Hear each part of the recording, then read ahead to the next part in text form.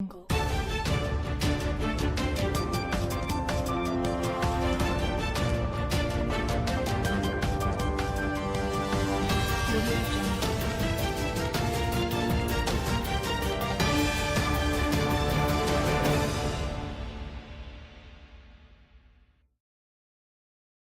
Good morning, Kenya. Rise and shine to the morning momentum. Your daily dose of a comprehensive rundown of the top stories making the headlines. It is the 5th day of August 2025, and this is a daily compendium of local and international news, human interest stories, current affairs, and expert opinion. Use the hashtag The Morning Momentum at Younib Media TV at Alphonce Albakwekwe. Let's take a look at the top stories making the headlines on the papers this morning. We start with the Daily Nation on page 2. Children singing games excite audience at feet. Competitors in preschool category thrilled the audience as the 97th edition of the Kenya Music Festivals opened yesterday in Meru School. The top story this morning, State House spy software dealers, passport revoked. Now, Immigration PS Belio Kipsang denies a red alert has been issued. The Kenyan-Canadian Mary Wachuka, who has sued 4 senior government officials, including the head of public service and the president's speechwriter, over botched 123 million shillings spy software deal, has protested that authorities have cancelled her Kenyan passport. She has linked the action to the high-stakes suit, alleging an attempt to twist her into dropping her claim. That story is beefed up for you on page 4 and 5 of the Daily Nation this morning. Looking at the events, I quote her, "I am convinced that someone wants me to feel intimidated and drop the case in court. The compensation is 292 million shillings Washuka is seeking from government officials for alleged breach of contract." On page 3 this morning, ruling on Kenyan children sired by British soldiers to open Pandora's box. That story is beefed up for you on page 3. On page 8 this morning, chief abandons failed system after uproar. The Social Health Insurance Fund will reintroduce biometric identification of patients to replace the troubled one-time password OTP system blamed for delays. That story is beefed up for you on page 8. And on page 7, tycoons buy into 45 billion shillings driving licenses contractor. Well-connected individuals have secured a stake in a company at the center of a 45 billion shillings smart driving license project, raising fresh concerns over the growing footprint of politically connected individuals in lucrative public-private partnership ventures. Official records reveal Farid infused with a local cultural flavor. Competitors in the preschool category, who comprised learners from schools drawn from all corners of the country, captivated the spectators. That's all about the music festivals. Let's go to page 3. British soldiers' children, mothers seek paternity recognition and aid. Now, Nanyuki woman's hopes dashed after learning her son's father was French, not British. Some children in the lawsuit hope the men will be formally recognized as their legal fathers, that may open doors to British citizenship. That story is augmented for you on page 3. Let's move on and take a look at page 4. Passport revoked for trader fighting state housemen. Now, Immigration PS Belio Kipsang has denied Ms. Wachuka's passport has been cancelled, adding that there was no red alert or any reason she shouldn't. Ms. Washuka claims her passport has been marked as cancelled in the immigration department systems. You want to catch up with that story beefed up for you on page 4 and page 5. The lawsuit, complainant met with Mr. Ngeno at a Nairobi restaurant. Ms. Washuka told the court that on November 7th, 2023, she met with Mr. Ngeno at Moxie's restaurant in Kilimani for the first time. She claimed that Mr. Ngeno, the Secretary for Policy Messaging and the President's official scriptwriter, informed her that Dr. Ruto had tasked him to, quote unquote, to source for technological solutions to guarantee consistency and clarity in government communications, end of quote, among other things. Now, you want to catch up with that story on page 4 and page 5 of the Nation this morning. Let's take a look at page 6. Hustler Fund riddled with flaws, says NGO. Kenya Human Rights Commission wants the fund to be scrapped, saying its priority is misplaced. Report says the initiative has failed to deliver on its mission of empowering citizens. The story is augmented for you on page 6. On page 7 this morning, bigwigs eye 45 billion shillings NTSA deal. Kenya's second generation chip embedded driving license was first introduced in March 2017. Tycoons with political links have secured a stake in firm set to bag massive contract for rollout of smart driving licenses. Now, you have the puzzle being solved for you on page 7. In that 45 billion shillings, David Njane is the founder of Pesaprint with 100 shares. Pesaprint Limited and NTSA is supposed to had an initial tender that cost was its cost was 2 billion, but the time lapsed and government opted to extend but changed it to doing it through a public-private partnership in which the winning bidder would recover their investment over 21 years, and that amounts to 45 billion shillings. Now, there is Charles Alusala, who is listed as the contact person for Farid Ruto family in multiple companies, and he is linked to Farid Abdul Razak, who holds 51 shares in Pesa Prints, co-owner of Dolphin Resort with Alusala. Now, there is also Jabir Abdul Nasir, who holds 19 shares in Pesa Prints, co-owns North Migor Holdings associated with Ruto. So these two individuals are the ones linked to the 45 billion shillings tender. Now, Charles Alusala is directly linked to William Ruto, Rachel Ruto, Charlene Ruto, and Nick Ruto. That story is beefed up for you on page 7. Let's move on and take a look at page 8. Chief makes sudden U-turn and abandons problematic system. Biometric identification of patients to return. One-time password verification fails to provide better security and eliminate fraud. Now, let's delve into that a little bit. The Social Health Insurance Fund is set to reintroduce biometric identification of patients in a dramatic policy reversal aimed at curbing corruption. Health CS Aden Duale said yesterday that biometric verification is a critical step in eliminating fraud and ensuring healthcare funds are used effectively.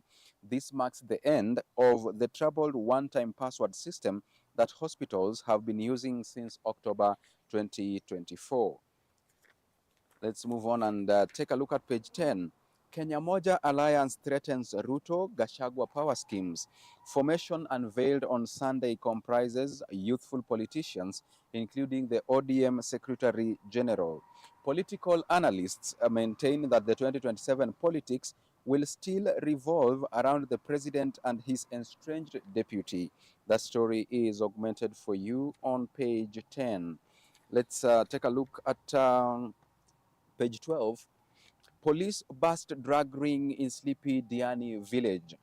Officers from the anti-narcotics unit found signs of illicit drug cultivation and a suspected chemical laboratory.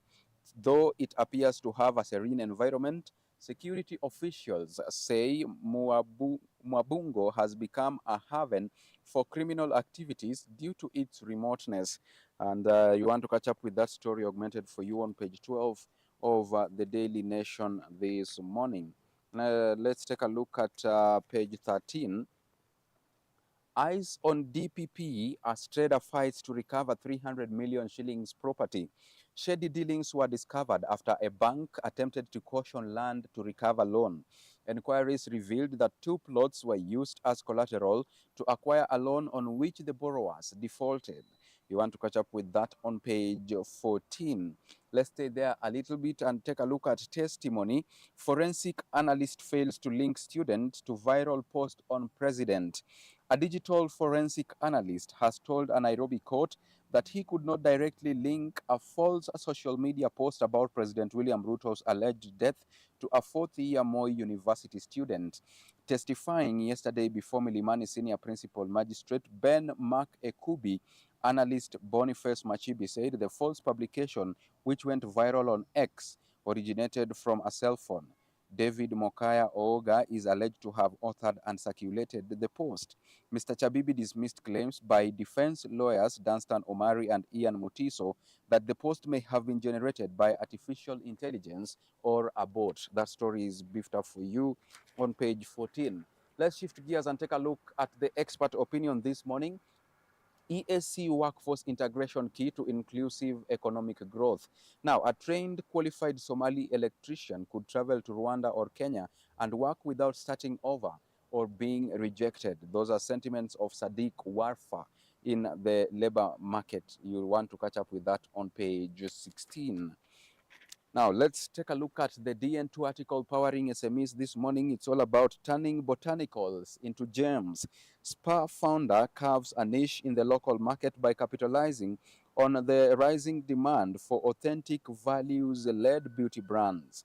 That is augmented for you on the DN2 article powering SMEs. You want to catch up with that human interest story right there. And also this morning, a healthy nation, how pesticide use is turning farms into death zones. Now, Healthy Nation's investigative report reveals how the use of toxic chemicals is endangering the lives of farmers and consumers alike. The doctors have said that the pesticides are what have harmed us, and I suspected that I may have inhaled them. Those are sentiments by Francis Marete. You'll catch up with that story on the DN2 article, page 4 and page 5 of it. Let's move on and take a look at the county news on the Daily Nation this morning. Let's start with coffee players raise fears as deadline looms on EU rules. Growers must abide by European Union regulation on deforestation-free products by January. Sector players have warned that EUDR could severely impact smallholder farmers. The market share stands at 55%, and that is the percentage of total global exports that account for Kenya's coffee sales to the European Union. Now, also this morning on County News, missing boy 14 feared dead after hyena attack in Njoro. It has been a harrowing and heartbreaking 3 weeks for the family of Joseph Mwangi, a grade 7 pupil at Keriko Primary School in Njoro, Nakuru County, who disappeared under mysterious circumstances. What began as a hopeful search for a missing child turned into a grim discovery 9 days later, suggesting the worst may have happened to the 14-year-old. Also this morning, Mbadi in the soup for skipping meeting with MPs over pensions. National Treasury CS John Mbadi risks paying a 500,000 shillings fine for snubbing a Senate committee hearing for the second time running, prompting the lawmakers to issue summons compelling his attendance. The Senate Standing Committee on Labor and Social Welfare has directed Mr. Mbadi, alongside Cooperative Cabinet CS Wycliffe Oparanya, and Kenya Railways Managing Director Philip Mainga to attend the meeting on August 20th, 2025 without fail. Mr. Mbadi had written to the committee that that is chaired by West Pokot Senator Philip Murgor, seeking a postponement of the meeting that was to take place at 10 a.m. All right, let's go to Lamu County, why former Lamu squatters lack the joy of owning homes. County government surveyed and demarcated the land over 5 years ago. Double locals have no legal ownership of the land they live on due to lack of title deeds. Let's come back to the Metropolitan right here in Nairobi. Clergy back alcohol reforms, but give conditions. Now, religious leaders have called on the government to forge stronger partnerships with faith-based organizations in the battle against alcohol and substance abuse. The Kenya Coalition of Church Alliances and Ministries, while welcoming the proposed overhaul of laws governing the sale and consumption of alcohol, however, said it won't back the reforms should they be turned into tools of harassment, extortion, or corruption. That story is augmented for you on page 21. Let's go to Machakos County. Cold room changes fortunes for Machakos traders.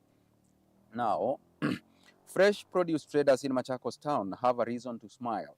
They can now go about their businesses without worrying about the storage of their goods in the market. Since the county government of Machakos, in partnership with Gain Kenya, installed a cold room at the market a year ago, business has improved. Governor Wavinya Ndeti said that the cold room would help end post-harvest losses. I quote, "From today, the traders in this market will no longer incur losses since the cold room will keep your produce fresh for many days." End of quote by of Inyandeti. For a long time, traders' produce used to rot, but now their wares can remain fresh for even a week as they wait for buyers. Right. This morning again, Pangani residents complain about the poor state of road. Residents of Pangani are frustrated by the deplorable state of Mweni Road, which has not been repaired for the last 3 years. They said that the poor state of road has affected their businesses, endangered their health, and disrupted their daily life. You want to catch up with all that county news on page 21. Now, let's shift gears and take a look at the international scene. We start with war. Hunger and death stalk residents in siege on Sudan Army's holdout. Besieged along with the army and its allies are hundreds of thousands of residents and refugees. The RSF has blocked food supplies and aid convoys have been attacked, locals claim. Hundreds of thousands of people under siege in the Sudanese army's last holdout in the western Darfur region are running out of food and coming under constant artillery and drone barrages, while those who flee risk cholera and violent attacks. Al-Shafir, the capital of North Darfur state, is the biggest remaining front line in the region between Sudan's army and the paramilitary rapid support forces under fire at a pivotal point in a civil war now well into its third year. Briefly, in Johannesburg, farmer accused of feeding women on pigs trial. Now, a white South African farmer and his two employees accused of shooting dead two black women and feeding their bodies to pigs have gone on trial for their murders. Maria Makgato, 45, and Lucia Ndlovu, 34, were allegedly looking for food on the farm near Polokwane in South Africa's northern Limpopo province last year when they were killed. In Mogadishu, 50 Al-Shabaab fighters killed in southern Somalia. The African Union Support and Stabilization Mission in Somalia confirmed on Sunday that its troops, backed by Somali government forces, killed more than 50 Al-Shabaab militants during a fierce fighting in Barire town in southern Somalia on Friday. In a statement issued in Mogadishu, the capital of Somalia, AUSOM also refuted media reports alleging heavy casualties among its soldiers in Barire. Now, with that story from Mogadishu, let's come back and take a look at business news. We start with taxation. New packaging taxes hit edge of Kenya's exports. Excise duty on craft liner and craft paper took effect on July 1st, 2025. Manufacturers and fresh produce exporters now warn of possible loss of markets. The digit stands at 25%, and that is the excise duty the government introduced under the Finance Bill 2025. Right, in Europe's tour firm in fresh bid for Kenya flights node.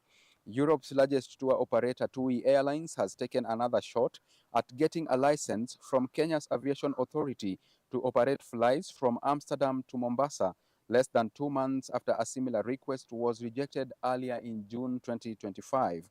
Records show that TUI has submitted a new request to the Kenya Civil Aviation Authority for a license for the Amsterdam, Zanzibar, Mombasa, Amsterdam route. Let's take a look at administration. KCB hired receiver managers set for Procter and Allen.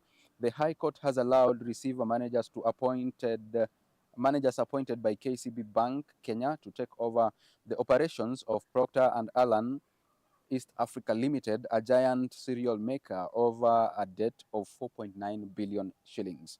In the investment sector, LSE listed Marula Eyes Kenya Battery Recycling Factory. London Stock Exchange listed Marula Mining has entered into a partnership with Nairobi-based electronic waste management firm WEE Centric Limited to establish a lithium-ion battery recycling and critical metals processing facility in Kenya. Now, with that, let's delve into the field and take a look at some sporting action. We start with the school games. Coaches flock championships in search of sizzling talent. Teams from the region will converge on Kakamega for East Africa competition. Kenya Sevens rugby coach Kevin Bling Wambua is among talent scouts that pitched camp in Kakamega to identify talented players at the just-ended Kenya Secondary School Sports Association Term 2 National Games. Wambua, who attended Sevens rugby matches that were played at Kakamega Bouldering Ground, was amazed by the immense talent on display at the championships. Let's take a look at tennis. Kenya in flying start to Africa Cup. Back-to-back bronze medalists, Kenya made a flying start at the 2025 Billie Jean King Cup Africa Group 3 by outclassing Tunisia 3-0 in their opening Pool C clash at the Central Tennis Club had courts in Windhoek, Namibia yesterday. Now, let's take a look at the 2024 African Nations Championship CHAN. Match winner, midfielder who scored match winners is still hungry for more. This is for you, Mom. Odhiambo dedicates goal against DRC to his mother. Such a heartwarming message right there. The midfielder's goal against DR Congo guaranteed every member of the squad 1 million Kenya shillings, which reports indicate that has been disbursed already. Now, let's stay with Chan there. Harambee Stars are the latest millionaires in town. Harambee Stars players and technical staff had smiles that went all the way to the bank after defeating DR Congo 1-0 in the first match of 2024 CHAN, a competition that Kenya is co-hosting with Tanzania and Uganda. Gor Mahia midfielder Austin Odhiambo scored Kenya's winning goal against the two-time CHAN champions at the stroke of halftime, hence guaranteeing each person in Harambee Stars 42-member squad 1 million shillings for winning the match, as President William Ruto had promised them. On the cover page of The Nation this morning, Morocco coach rallies troops for tough Kenya fixture. DR Congo plays Zambia next on Thursday as Angola await Stars. Coach Sektiwei calls for mental strength, aggressiveness, heading to Sunday's match against the hosts. And that story is beefed up for you on the cover page. As we conclude, the puzzle of empty seats at sold-out Kasarani Stadium. As early as July 28th, 6 days before Kenya's opening Cup Group A match against the DRC Congo in the 2024 CHAN on Sunday, the online ticketing portal indicated that tickets for the match had been sold out. This was welcome news, as it meant that Harambee Stars would face the two-time CHAN champions in front of a full house at the 48,000-seater Moi International Sports Center Kasarani in Nairobi. The regular tickets were selling at 200, while the VIP and VVIP tickets were retailing at 500 and 1,000 respectively. Come the match day, the fan turnout was impressive, and Harambee Stars did not disappoint as they defeated DRC 1-0. Now, some suggested that the move was a spot check rather by Nation Sport during the match revealed that several seats were unoccupied, including in the VIP area and near